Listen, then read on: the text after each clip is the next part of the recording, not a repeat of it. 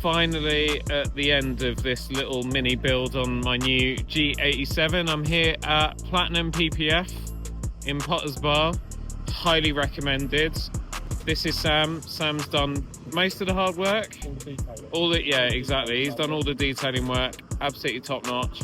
And this is Salv. Say hi, Salv. Hi, people. So Sal's going to talk us through what you've done to my car. Okay, so basically we've done the Xpel PPF, which is the full front end, downside skirt, and some little chip custom bits on the custom carbon fibre. Obviously we've got the CC carbon fibre body kit on now.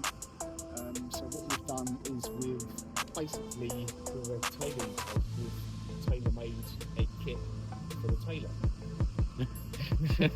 I like how you just made it nice and relevant as well. Perfect. And yeah, basically all your carbon is totally covered, all your front bumper, your glass, your lights, and down the sides. And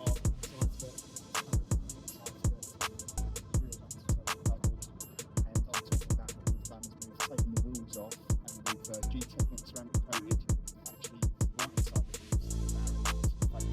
Yeah.